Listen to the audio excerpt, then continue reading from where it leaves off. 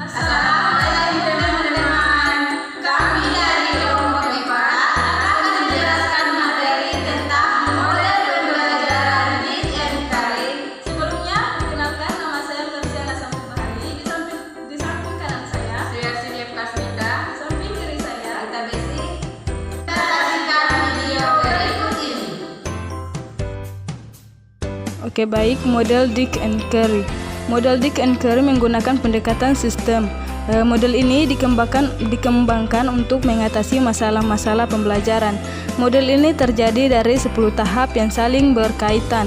Langkah awal pada model Dik and Karim adalah mengidentifikasi tujuan pembelajaran. Langkah ini menjadi acuan bagi perumusan langkah-langkah selanjutnya.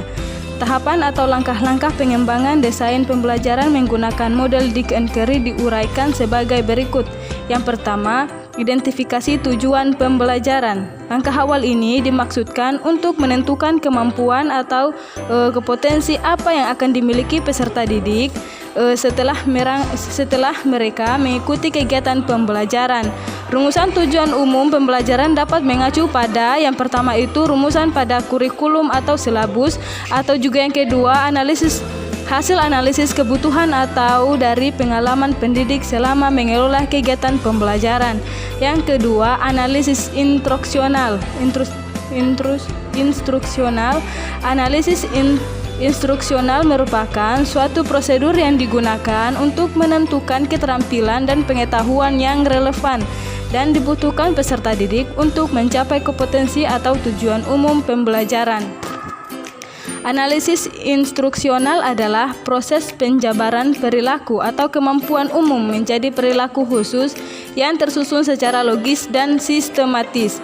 Analisis instruksional dilakukan dengan membuat bagan yang menggambarkan keterkaitan dan hubungan seluruh keterampilan dan kemampuan yang diperlukan untuk mencapai kompetensi atau tujuan umum pembelajaran.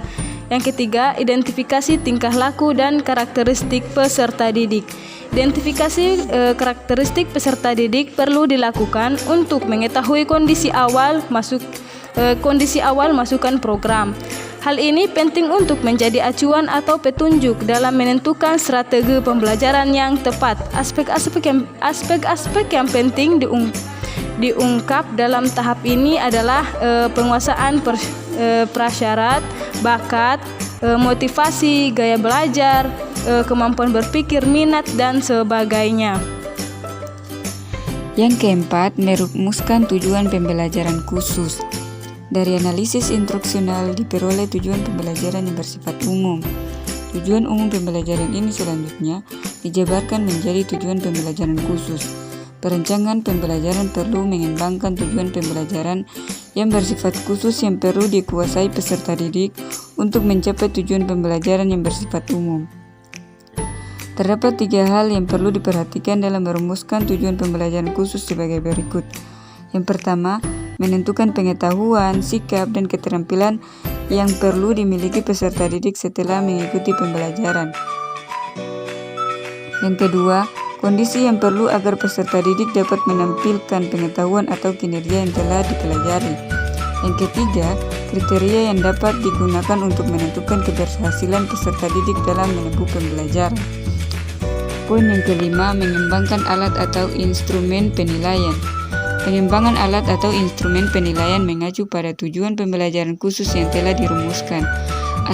Aspek penting yang perlu diperhatikan adalah instrumen penilaian yang dikembangkan harus secara akurat dapat mengukur pengetahuan dan kinerja peserta didik sebagaimana yang telah dirumuskan dalam tujuan pembelajaran. Poin yang keenam, mengembangkan strategi pembelajaran. Untuk mencapai tujuan pembelajaran yang telah dirumuskan, pendidik perlu menyusun strategi pembelajaran.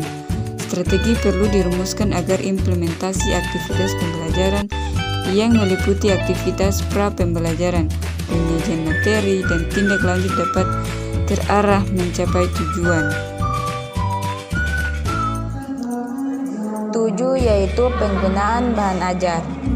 Bahan ajar yang dapat digunakan dalam pembelajaran terdiri atas berbagai jenis seperti buku teks, buku paduan, modul, dan lain sebagainya.